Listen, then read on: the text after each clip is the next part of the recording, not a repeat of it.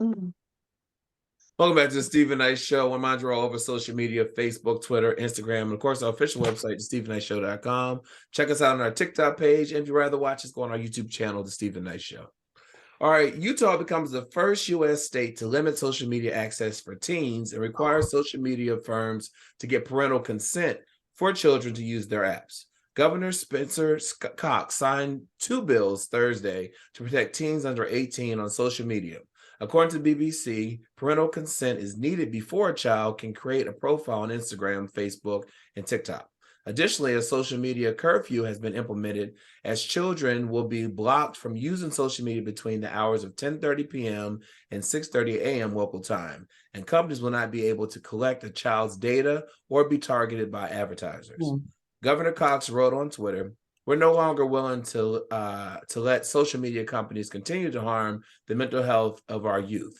As leaders and parents, we have a responsibility to protect our young people." Now, the law is being considered by other states such as Arkansas, Texas, Ohio, Louisiana, and New Jersey. However, the children's advocacy group, Common Sense Media, said the new legislation could harm children, but Cox's move was a victory for kids and families in Utah. Now, Meta also said in response that they already have initiatives in place to protect children on social media. They said they have over 30 tools to support teens and families, including tools to let parents and teens work together to limit the amount of time teens spend on Instagram, and age verification technology that helps teens have age-appropriate experiences. Now, some social media users believe the bill won't work since children are tech savvy and will figure out a way to bypass the law's requirements. Lynia, is this a good thing or a bad thing, in your opinion? I'm unsure because I don't have a little one. Yeah. I don't know. I guess it is so hard with social media and children. Yeah. And I know that as an adult, it is hard for me with social media and the constant barrage of sex, murder, and mayhem. It is so aggravating and draining.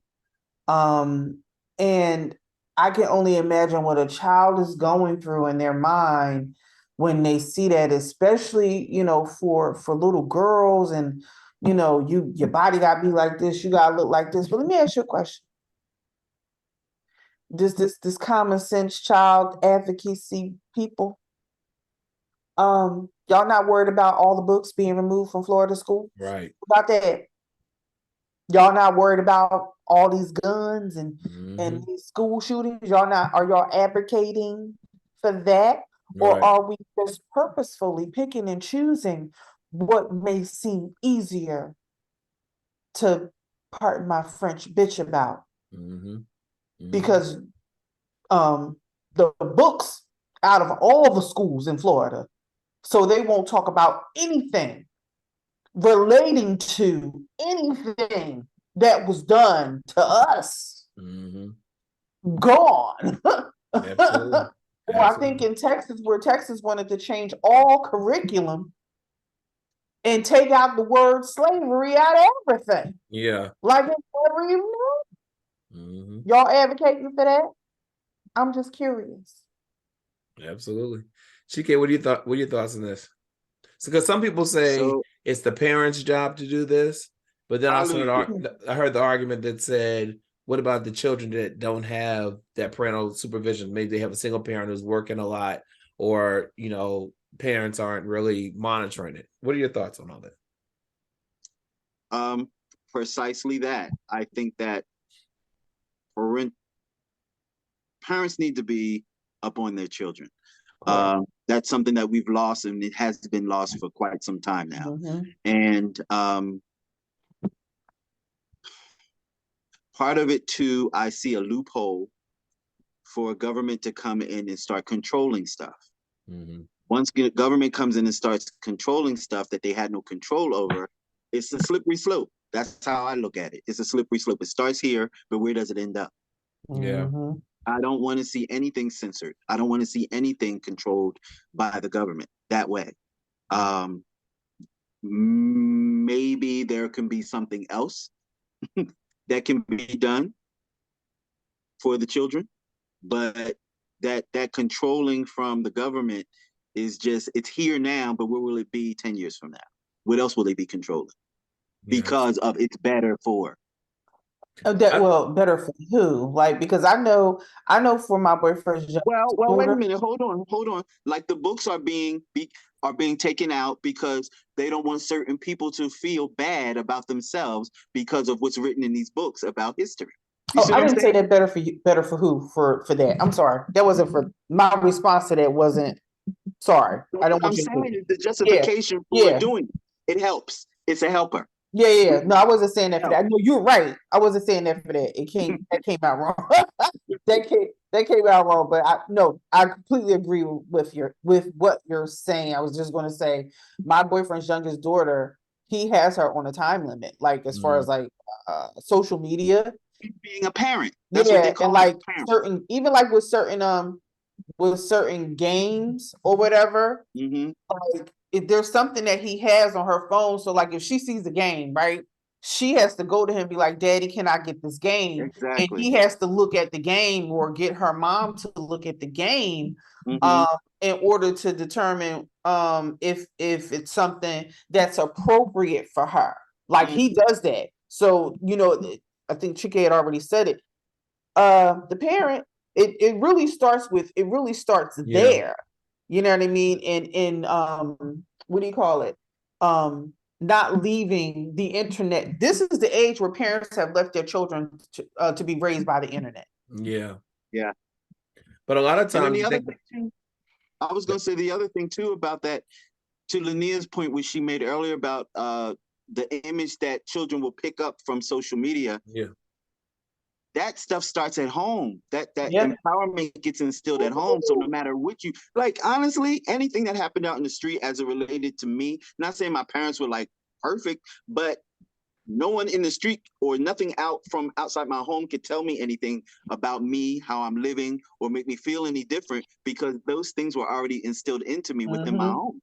You can't tell me anything. My parents taught me everything. Yeah. I think the difference though with social media is, you have adults that are being impacted by, image that we see on social media. You see people now, I see people now that are now posting risque pictures and things like that. They never have done that before, but they see everyone else doing it. But we talk about government. I do believe that government shouldn't be controlling everything, but they have over the years. At one point it wasn't against the law to drive without your seatbelt. But when it became a hazard, people were dying, they made that a law that you have to wear your seatbelt. So government has over the years stepped in and done certain things to regulate. Exactly. But here's the thing, and to Lynia's point from earlier as well. Perfect example, car seats for kids, because I remember I used to sit on the armrest in the front of the car. Right. Never had a seatbelt on. But you bring the government in to handle that because people were getting killed and getting hurt, but yet and still there are guns being brought into school every damn day. Absolutely. Every day. But the government hasn't stepped in and done anything about that. One thing, and we know why. We know why. Then all right. Yeah. All right. Well, listen. So in a recent interview, Tyrese has opened up about his love life as he promotes his newest project, a double album inspired by his ex-wife and his recent divorce and his new relationship. Tyrese was previously married to Samantha Lee, with whom he shares a daughter. And following their divorce, Tyrese began dating social media influencer model Zila Thomas. In his new interview with WBLS, Tyrese explains how he jumped into a new relationship without being fully healed of his ex-wife's leaving him. He begins the conversation by explaining, I was with a woman named Samantha for 5 years. We got married. We had a 1-year-old beautiful child named Soraya, and she just left me out the blue and never came back. I never cheated, no physical or domestic violence, no side check, no infidelity, nothing. No going through my phone and seeing something that was going on, nothing. Tyrese also admits that he doesn't think his ex-wife Samantha ever loved him, claiming because if she did, it wouldn't be that easy to leave. Now, while speaking about his new relationship with Zila Thomas. He says, I'm in a new relationship. I've been with my girl for 2 years, and she's incredible. She's sweet. She's kind. Probably the most patient and nurturing woman God ever could ever send to me, because there's nothing more uncomfortable in getting in a relationship with someone while they're in the middle of a departure from their ex. He explains, and then he admits that he's not healed from his past relationship with Samantha Lee. He explains, I haven't healed all the way. Then it adds that it's not by his choice for him to heal himself fully. And then get into another relationship. He also adds that he's in therapy, and him and his girl are in therapy. And we're out just living our lives. Lynia, I see your face. How do you say I'm in a how do you say that I'm in a toxic situation? I'll say I'm in a toxic situation. Hold on, let me make sure I got this right.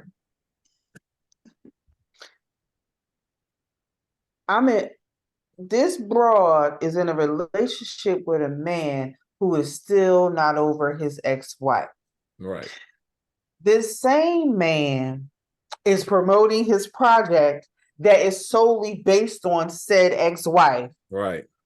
This man is with this woman who he rushed into a relationship with after said relationship with the ex-wife. Mm-hmm. This is the same man who is now on this promo tour for this new project, talking about that very same ex-wife that the album is about, but you in counseling with your new chick. I got that right? Yes, you got. I got that right? Yep.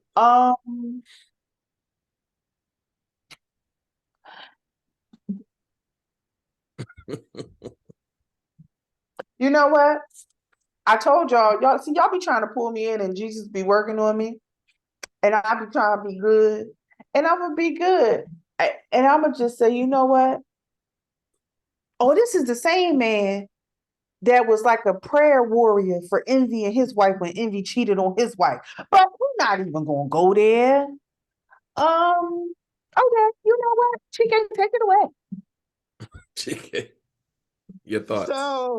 So I saw a great interview on Mr. Tyrese this morning on R&B Money. It was a really, really good interview. You kind of get a semblance of his personality a little bit, just a little bit. So as you were talking and you were explaining some things were twirling in my head. 5 years, child 1 year old. No problems in the marriage, allegedly, and she just walked away. I recall Janet Jackson being married for 5 years. She had 1 kid, and the plan was to get out because she had some type of financial, it was a loophole, 5 years. I've heard that with a couple other marriages. 5 years is like the magic number. Don't know. Who knows what paperwork was done with the marriage, but maybe the 5 years was a waiting time. Maybe a kid is the bonus. I don't know. Don't know the relationship. But it's just that number and the kid. It's just, it's kind of frequent. Now, Tyrese got on social media. He was teared up. He was crying. We know that his heart is sensitive when it comes to love. He said that was medication, by the way. He what? He said that was medication. Okay. And that's fine. You're taking medication.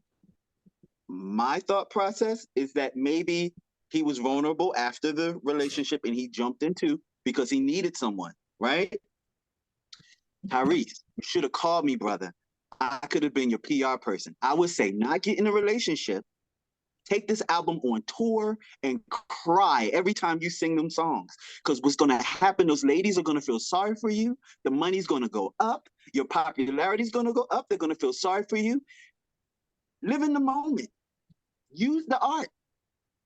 He said he's living in the moment now. He said he's living with this girl now. No, without the girl, Chike is saying. Without the girl. Nothing against her. Nothing against her. Nothing against her. Nothing against her. I don't know what that girl did. You know what? I really don't like the term influencer, model. And hold on, real quick. Tyrese, find out where Robin Thicke's number is if you don't already have it, and call him. He's already been through this. Call him. He can help. Call him. Yeah, I don't think that it's crazy because some people really can't be alone because they are scared to be with themselves. Yeah, absolutely. That's what that is. When you are scared to be with yourself and you jump from relationship to relationship to relationship to relationship, and you don't give yourself time. Yeah. What's the saying? Everywhere you go, there you are. Everywhere you go, people. Oh, I'm sorry. I know. But yeah, that's a little bit. And this chick is really there for the ride. Can I test whether she loves him or not? No, honestly, I cannot. Honestly, if she's not there for the ride, she should be a little weary. You need to be, But they've broken up though. Like they've done this whole Instagram. I'm breaking up with you on Instagram. Together. Yeah. You know what I mean? It got yeah. Oh no. Yeah, it's the same girl. They've been going through these 2 years where they go back and forth. I'm not with her. We're not together no more. I'm single. That's, I love her. And like, I'm sorry, but it just reeks of somebody who is emotionally unstable. Yeah. And it's crazy because he's an amazing talent, but you can't tell me when you saw him on social media, you just didn't like, yo, somebody needs to go get him and take his phone. Yeah. Like for real, go take his phone. If that behavior is going to happen now with him promoting this album, it's going to be bad for the bag, Tyrese. That's going to be bad for the bag. We'll see what happens. Well, I want to skip to our last story. We're going to skip over the Ticketmaster story, but this one I wanted you all's opinion. So, Mississippi news anchor, she was with the station for 20 years, a meteorologist. She has not been on air since quoting the famous Snoop Dogg phrase, included a racial insensitive term. Now, WLBT's Barbie Bassett, who is white, made the comment during the broadcast earlier this month while discussing the release from the rapper's wine collection, according to the Clarion Ledger. When the colleague joked about Bassett getting a tattoo of the rapper, like Martha Stewart did in the recent commercial, Bassett replied affirmatively, saying "for shizzle my nizzle," a phrase that includes slang for the N-word. Although the station has not commented publicly on the matter, her bio is no longer listed on their website. When contacted by People on Monday, WLBT Vice President and General Manager Ted Fortenberry said that the station is unable to comment on personal matters. And they were saying that right now they're focused on the communities in Rolling Fork and Silver City in Mississippi Delta, where 20 people were killed. And an entire town destroyed Friday. Now, the newsletter has not posted on social media since earlier this month, including about the deadly tornado, the newscaster. This is Barbara. She has not posted anything about what's happened. The only thing, she did post something on March 14th, but didn't directly mention what happened, but featured a quote about being able to withstand a storm. Now, Bassett did not immediately respond to People's request as well. But here's the thing. Bassett previously issued an apology in October of 2022 after making insensitive comments on air referring to Black reporters grandmammy, per the Burlington News. She said, "I used a term that was offensive to many in our audience and to our coworkers here at WLBT. Though not intentional, I now understand how my comment was both insensitive and hurtful." And she said in the statement. Also, the newspaper, the WBLT, they did say that there was internal conversations and discussions about that situation. So initially, when I saw it, I was thinking, she said for shizzle my nizzle, yes, insensitive, but I mean, are we too sensitive? But when I found out this wasn't the first time she's had to apologize for doing something similar, I was like, oh, okay. It's more to it. So, Chike, So okay. She was already living on the edge. I did see that commercial with Martha Stewart, and I thought that it was very interesting because she's flipping all over the place. She's cartwheeling, and then she gets in a tattoo chair, and then she got Snoop on the arm. Yeah. Is Martha Stewart making white women out here feel like it's okay? Like, are you somewhat giving them a pass to, be that cool? You that down? No, you can't do that. And I was going to give her a pass too, because it's not exactly it. I'm sure Snoop probably wouldn't be upset if she repeated it, because that's part of his brand. It's like a go Snoop, or, a cheer for Snoop. But at the same time, you out here calling out mammies and things, ma'am. Like, no, call Paula Dean. She can tell you all about it. Call her. It's people out here to help y'all people. Y'all people have been through it already. Call them. They can guide you through. Lynia? When I know I want to say something, but I probably shouldn't, I don't say it. Yeah. Because in my brain, I know that if I say it, some shit is going to happen. Yeah. If I want to know why you don't know, Lynia? You don't have the privilege. The privilege allows for you to. I don't have the privilege. Thank you, American actor Chike Evans. I appreciate you for letting me know that. I don't have the privilege, but now that I know I don't have the privilege, it's interesting because it's like this up here, right? Nothing in there triggers you to be like, whoa, you might not want to do that. Right. I know you're not saying the word, but you know what the word. And let's keep our way funky. She don't talk like that. No. So what made you think that was okay? But then when you be like, oh, she was talking about mammies and grandmammies and stuff, she felt like it was okay. So if she did that, right, that she done said that word. But see, here's the gotcha. Because she is in media, I hold her to a higher standard, because you're now educated, you're socialized, and you're representing a brand. Well, it's just supposed to be. Like, it puts a different spin on it. Like, you're responsible at this point. Well, if you see the video, watch the video, the man sitting right beside her, when she says that, he looks down, and he kind of looks like this for a while. Like, oh, he knew she said question. Was what? I can't hear you. Can you hear me? Yeah, now we can. Was that on the teleprompter? No, she said it flippantly. But here's one thing I will say, because Whoopi Goldberg, she had to apologize recently for something she said on there. She said that, which I didn't even know that was offensive, but she said today, they were talking about it on The View, she said that they need to come out with a book of all the things that you're not supposed to say. She said that because things have changed over the years, and some things are now offensive they weren't. And she said that people assume because we're on TV we know everything, and we don't. And so sometimes you give people a chance to apologize or to learn from it before you cancel or fire them. But in this situation, this was at least the woman's second time of doing it, so I think it was different. And they didn't talk about the grandmammy thing on The View. They just talked about the chisel my nizzle. But we'll talk more about that as we find out more. But before we go, I want to give a shout out to the Final Four at March Madness. UConn will be playing Miami. San Diego State will be playing Florida Atlantic. And the games take place on April 1st.